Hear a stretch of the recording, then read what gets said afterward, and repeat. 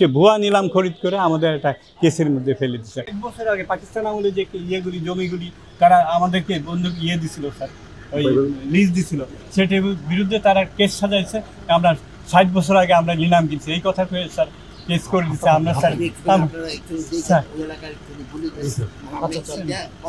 Sir এইটা sir সরকারি ওই অর্ডার থেকে বন্ধ করছে সরকারি যে কোর্টে যে কেসটা হয়েছে স্যার, এটা ভুয়া স্যার। আপনি থানায় আসেন, আমরা কি করা যায়।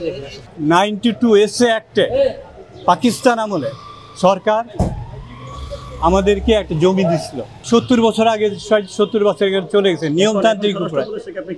আমি স্বরাষ্ট্রমন্ত্রীকে বললাম যে স্যার এই যে এই হাসিনার আমলেই তারা এই সুযোগটা পাইছে, তারা ওই ইসের আপনার বলতেছে যে আমরা 60 বছর আগে আমরা নিলাম খরিদ করছি, সেই নিলাম সে ভুয়া নিলাম খরিদ করে আমাদের একটা কেসের মধ্যে ফেলে দিচ্ছে। এখন তাদের চক্রান্তটা এরকমই, তারা সংঘবদ্ধ একটা দল যে আমরা কেস করে তাদের সাথে পারবো না।